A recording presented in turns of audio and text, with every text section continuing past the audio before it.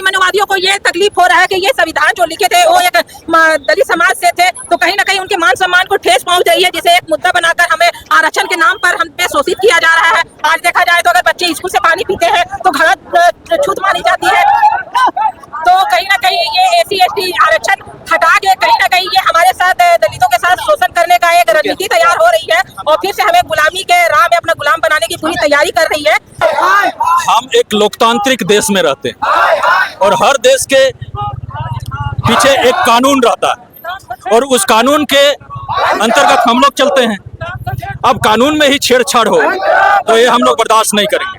Dhirendra sir, आप चूंकि Bhim army के प्रदेश सचिव हैं, तो इस बंदी के पीछे कारण क्या है सर? इस बंदी के पीछे जो कॉलेजियम सिस्टम जो जज बैठे हुए हैं सुप्रीम कोर्ट में जी, उसके तहत जो SC/ST के खिलाफ विरोधी मतलब फैसले लिए जा रहे हैं, वर्गीकरण किए जा रहे हैं, उसके खिलाफ में हम लोग भीम आर्मी या मतलब बंदी मतलब लातेहार में बुलाए। सर, एक वाकया याद आता है 2018 जी सर, 2018 में भी आरक्षण खत्म करने की चर्चा हुई थी जी।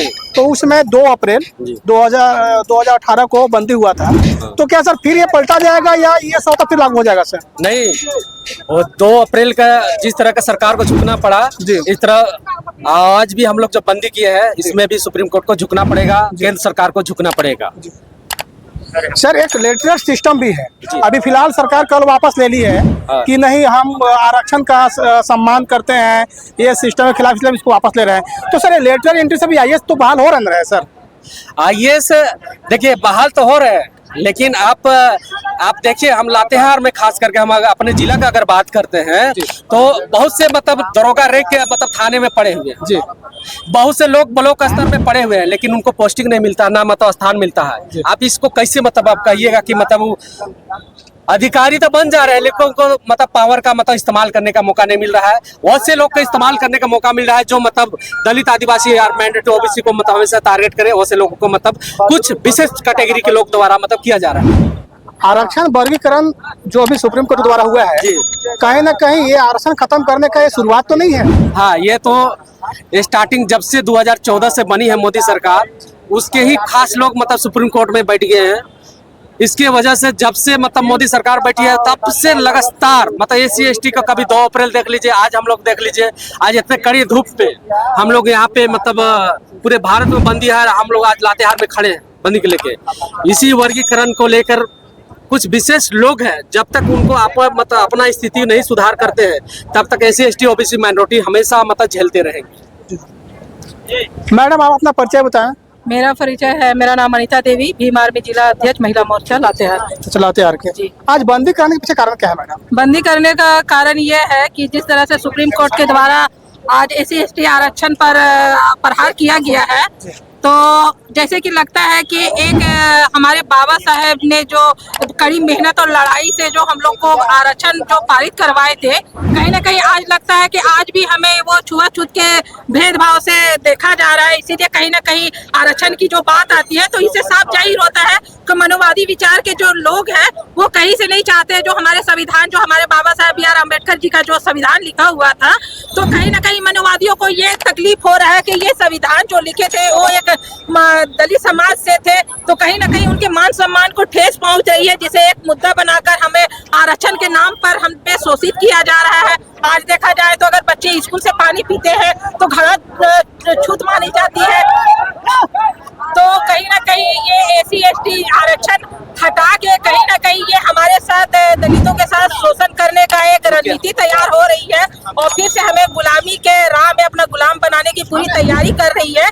लेकिन हम ये कहते हैं कि आज की जो हमारी SC/ST एकता जो है वो अभी जागरूक हो गई है, अपने हक अधिकार के लिए अपनी आखिरी सांस तक लड़ेगी और सरकार से अपनी मांगे पूरी करवाएगी। इसके लिए SC/ST अपनी जान की भी कुर्बानी देना पड़े तो हमारे बाबा साहेब ने जो अपने जान की आहुति देके, अपने परिवार की आहुति देके आज हमें आरक्षण का एक आधार दिए थे। इस आरक्षण पर जो आना चाहिए, इसके लिए हमारे पूरे मूल निवासी हैं जो एकता बन के आज खड़े हुए हैं और हम अपनी मांगों को लेकर है कि हमारे आरक्षण से छेड़छाड़ न करें, क्योंकि देखिए ये शुरुआत अगर उन लोगों ने किया है आरक्षण को छेड़छाड़ करने का, तो मैं ये भी ऐलान करना चाहती हूँ कि हम अम्बेडकरवादी हैं और हमारे SC/ST जो है मूल निवासी हैं वो अभी जागरूक हो गए हैं और जनता जनार्दन से बढ़ के कोई भी एक्ट या कोई भी सरकार नहीं बनती। अगर आज हमारे प्रधानमंत्री, मुख्यमंत्री अगर केंद्र सरकार या झारखंड सरकार बैठी हुई है तो कहीं ना कहीं ये जन आधार का बल से ही बैठी हुई है।